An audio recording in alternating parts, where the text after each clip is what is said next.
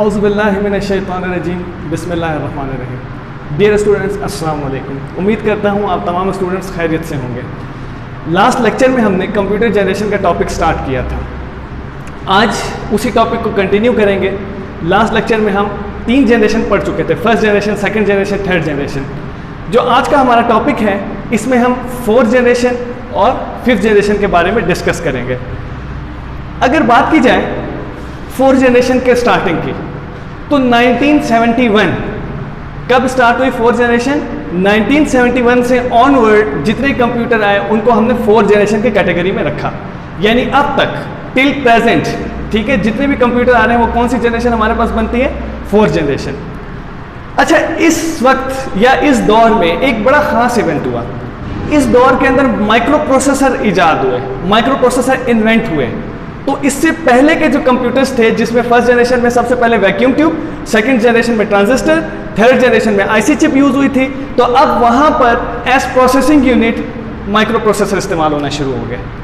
ठीक है, as processing unit microprocessor इस्तेमाल होना शुरू हो गए आईसी चिप्स की जगह पर। आईसी चिप को रिप्लेस कर दिया। अच्छा, अब जाहिर बात है, हमें पता है कि जो भी नेक्स्ट जनरेशन में चीज़ आती है या जो भी लेटेस्ट टेक्नोलॉजी आती है वो पिछली टेक्नोलॉजी से बेहतर होती है। तो यहाँ पर जो हमारे पास 4th जनरेशन के कंप्यूटर थे वो बहुत फास्ट होते थे, उसकी रिलायबिलिटी बहुत ज़्यादा थी, रिलायबल हुआ करते थे, और स्टोरेज कैपेबिलिटी बहुत ज़्यादा थी। हम देखते हैं कि आजकल जो हमारे पास कंप्यूटर हैं, क्योंकि आजकल के कंप्यूटर 4th जनरेशन की कैटेगरी में आ रहे हैं ना, जैसे भी मैंने बताया 1971 से लेकर प्रेजेंट अब तक जितने कंप्यूटर आ रहे हैं, टिल नाउ जितने कंप्यूटर आ रहे हैं वो सारे 4th जनरेशन की कैटेगरी में आते हैं। तो अभी हम देखते हैं कि कंप्यूटर कितने फास्ट हो गए हैं और मेमोरी कितनी ज़्यादा हो गई है। 1 TB, 2 TB, 4 TB तक की मेमोरी हमें मिल जाती है बड़ी आसानी के साथ। अब तो मोबाइल के अंदर, मोबाइल भी एक फॉर्म ऑफ कंप्यूटर ही है, मोबाइल के अंदर भी 128, 256 GB तक की मेमोरी हमें बिल्ट इन मिल जाती है। तो क्या पता चला कि मेमोरी इसकी बहुत ज़्यादा हो गई। क्यों? क्योंकि इसको बहुत एडवांस बनाया गया, रिलायबल था। माइक्रो प्रोसेसर की वजह से कंप्यूटर का साइज छोटा हुआ। माइक्रो प्रोसेसर आ जाने की वजह से कंप्यूटर का साइज छोटा हो गया। जब साइज छोटा हो गया तो हमें बाकी कंपोनेंट्स लगाने के लिए या हमें मेमोरी का साइज बढ़ाने के लिए जगह मिल गई। फिर इलेक्ट्रॉनिक में इतनी हमने तरक्की की, इलेक्ट्रॉनिक टेक्नोलॉजी के अंदर, कि हमने बड़े बड़े सर्किट्स को छोटी छोटी चिप्स के अंदर डिज़ाइन करना शुरू कर दिया। इसकी वजह से हमारे कंप्यूटर फास्ट भी हुए, रिलायबल भी हुए, और उनकी स्टोरेज कैपेबिलिटीज़ भी बहुत ज़्यादा बढ़ गई। इसके बाद अगर हम बात करें 4th जनरेशन के जो कंप्यूटर थे वो लेटेस्ट इनपुट आउटपुट डिवाइसेस को सपोर्ट करते थे।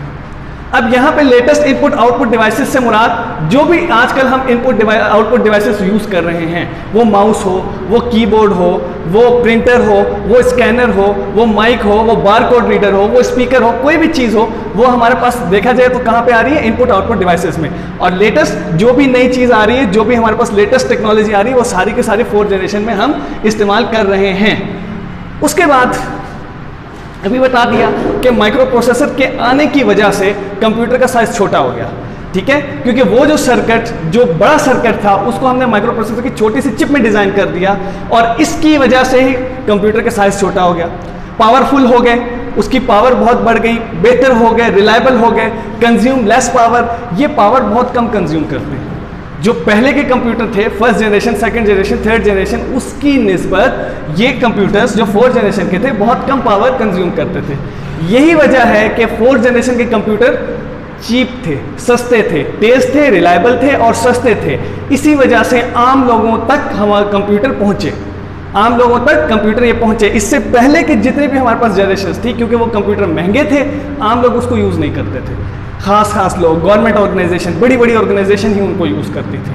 तो यहाँ पर कंप्यूटर सस्ते होने की वजह से आम लोगों की पहुँच में वो आए और लोगों ने यूज़ किया। यही वजह कि आज हम अगर अपने घर में देख लें तो मोबाइल की सूरत में हर एक बंदे की जेब में कंप्यूटर मौजूद है। ठीक है, लैपटॉप की सूरत में घरों में मौजूद है, कंप्यूटर्स की फॉर्म में घरों में मौजूद है। तो 4th जनरेशन ऑफ कंप्यूटर यही वजह थी कि वो रिलायबल थे, फास्ट थे, और चीप होने की वजह से अब ये हमारे पास ईजिली अवेलेबल हो गए हैं। अच्छा, पावर भी कम कंज्यूम कर रहे हैं, यानी कि जब पावर कम कंज्यूम हो रहे हैं तो अभी जैसे हमने पहले भी पढ़ा था कि अगर पावर ज़्यादा कंज्यूम होगी, पावर ज़्यादा यूज़ होगी, तो वो हीटअप ज़्यादा होंगे, हीटअप होंगे तो वो रिलायबल नहीं रहेंगे। तो जब पावर कम कंज्यूम हो रही है, इसी वजह से ये ज़्यादा रिलायबल कंप्यूटर्स हैं। इसके बाद यही फोर्थ जनरेशन ऑफ कंप्यूटर्स के अंदर मॉडर्न प्रोग्रामिंग लैंग्वेज का सपोर्ट भी दी गई, यानी कि अब जितनी भी लैंग्वेजेस आ रही हैं वो हम फोर्थ जनरेशन ऑफ कंप्यूटर में इजीली यूज कर सकते हैं, जबकि इससे पहले हम असेंबली लैंग्वेज या लो लेवल लैंग्वेज या हाई लेवल लैंग्वेज में सिर्फ फोर्ट्रॉन वगैरह यूज़ कर सकते हैं। तो यहाँ पर हाई लेवल लैंग्वेज जितनी भी आ रही हैं सारी की सारी हम यूज़ कर सकते हैं, चाहे वो जावा हो, चाहे वो PHP हो, चाहे वो C लैंग्वेज हो, C++ हो, पाइथन हो या C# लैंग्वेज हो, कोई भी लैंग्वेज हो वो अब हम यहाँ पर इजीली यूज़ कर सकते हैं। अब जाहिर ही बात है कि जब कंप्यूटर बहुत ज़्यादा हो गए, आम हो गए, हर बंदे की पहुँच में कंप्यूटर आ गया, तो अब उसको इस्तेमाल भी करना है, तो उसको इस्तेमाल करने के लिए बहुत सारी एप्लीकेशंस भी डेवलप की गई। तो सबसे ज़्यादा वैरायटी ऑफ एप्लीकेशन हमें फोर्थ जनरेशन ऑफ कंप्यूटर के लिए ही मिलते हैं। यही वजह है कि अगर हम आज देखें तो डेली नई एप्लीकेशंस आ रही हैं, रोज़ाना की बुनियाद पे हम नई एप्लीकेशंस देखते हैं, रोज़ कोई ना कोई नई एप्लीकेशन डेवलप की जा रही है, इन्वेंट्री सिस्टम के लिए, गेम्स, ठीक है, ऑफिशियल सिस्टम के लिए, सैलरी जनरेट करने के लिए, सैलरी स्लिप्स के सिस्टम, ये सारे के सारी आजकल यही वजह है कि यहाँ पर हमारे पास डेवलप हो रहे हैं। क्यों? क्योंकि कंप्यूटर का यूज़ बहुत ज़्यादा हो चुका है। और अगर हम देखें तो आज ज़िंदगी का कोई भी ऐसा शोबा नहीं है जहाँ कंप्यूटर का इस्तेमाल ना हो रहा हो। फिर उसके बाद जो हमारे पास है फोर्थ जनरेशन है, फोर्थ जनरेशन कंप्यूटर्स के दौर में ही, यानी 1971 के बाद ही जो हमारे ऑपरेटिंग सिस्टम थे वो ग्राफिकल यूजर इंटरफेस डेवलप किए गए, यानी GUI बेस्ड ऑपरेटिंग सिस्टम को डेवलप किया गया फोर्थ जनरेशन ऑफ कंप्यूटर में, इसी दौर में 1971 के बाद। इससे पहले के जो हमारे पास सिस्टम थे वो command line based operating system थे, ठीक है। तो फोर्थ जनरेशन में हमारे पास GUI बेस्ड ऑपरेटिंग सिस्टम को डेवलप किया गया। अब जब GUI based operating system develop किए गए तो कंप्यूटर को इस्तेमाल करना और आसान हो गया। क्यों? इसमें हमारे सामने आइकन्स होते हैं और माउस के जरिए हम उनको क्लिक करके एग्जीक्यूट करवा देते हैं, जबकि कमांड लाइन ऑपरेटिंग सिस्टम को यूज़ करना थोड़ा सा मुश्किल था, वो सिर्फ प्रोफेशनल्स यूज़ करते थे, क्योंकि उसमें हमें हर प्रॉब्लम को सॉल्व करने के लिए कमांड्स एंटर करनी पड़ती थी।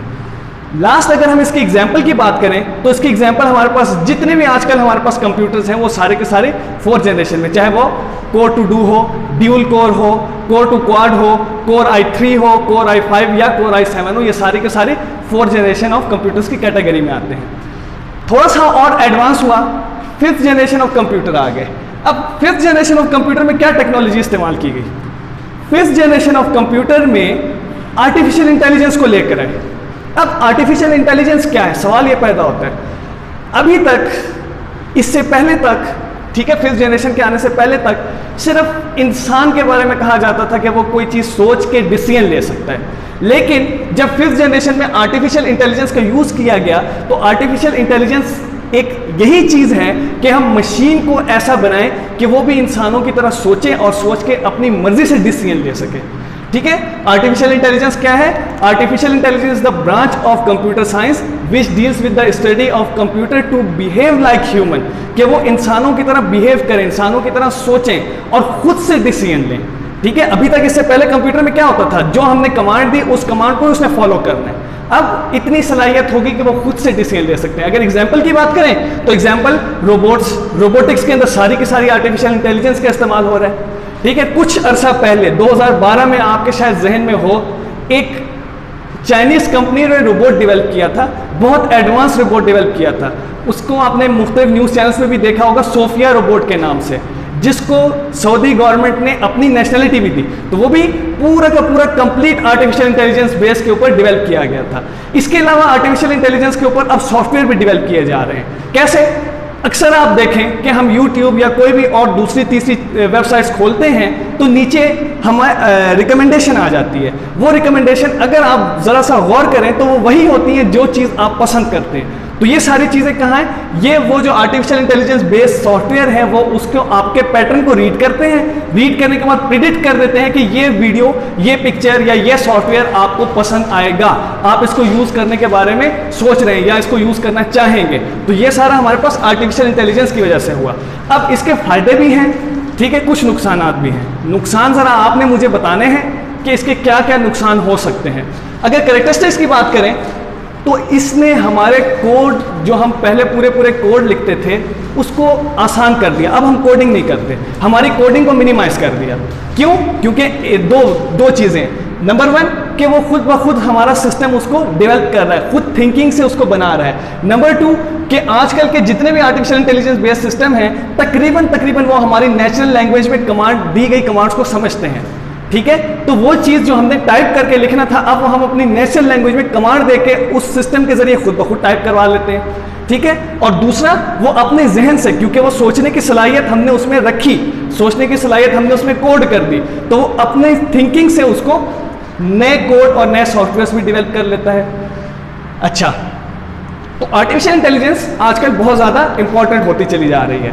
अब अगर नेचुरल लैंग्वेज में बात करें, जो कि ये नेचुरल लैंग्वेज को भी प्रोसेस करता है, तो इसकी मैं अगर आपको एग्जांपल दूं तो गूगल असिस्टेंट, हम बोलते हैं वो वॉइस को रिकॉग्नाइज करता है और उसके जो भी हमने कमांड दी उसको रीड करके इंटरप्रेट करता है। इसी तरह अगर हम एप्पल में चले जाएं तो सिरी का सिस्टम, वो भी क्या करता है, सेम इसी तरह हमारी वॉइस को सुनता है, उसको रिकॉग्नाइज करता है और उसके बाद आगे उसको एग्जीक्यूट करवाता है। अगर हम आ जाएं मोबाइल के अंदर, तो मोबाइल में आजकल वॉइस रिकॉग्निशन के पासवर्ड आ गए कि हम अपनी आवाज़ का पासवर्ड रख सकते हैं। तो ये सारा क्या है, आर्टिफिशियल इंटेलिजेंस बेस्ड सिस्टम, सारा का सारा यहाँ पर इसी की वजह से ये काम हुआ। यहाँ तक आज हमारा जनरेशन का टॉपिक कंप्लीट हो गया। इसको आप पढ़ें और एक ऑब्जेक्टिव भी मैं आपको बताता हूँ जो बड़ा इंपॉर्टेंट है, अक्सर पेपर में आ जाता है माइक्रो प्रोसेसर के हवाले से, कि इंटेल ने जो पहला माइक्रो प्रोसेसर डेवलप किया था उसका नाम था 4004 और वो डेवलप हुआ था नवंबर 1971 में। ये इंटेल का फर्स्ट माइक्रो प्रोसेसर था। अमूमन ये ऑब्जेक्टिव के अंदर आ जाता है, तो इसको आप ज़रूर नोट करें। या आपकी बुक में 4th जनरेशन के टॉपिक में जो है साइड बॉक्स है वहाँ पर भी मौजूद है, इसे पढ़ें आप। इसी तरह इसके साथ साथ आप जो भी ऑब्जेक्टिव बुक में बनते हैं उसको साथ साथ अंडरलाइन करें, और अगर कोई पॉइंट आपको समझ नहीं आया तो वो ज़रूर आप पूछें। इंशाल्लाह आपसे नेक्स्ट लेक्चर में मुलाकात होगी। अल्लाह हाफिज़।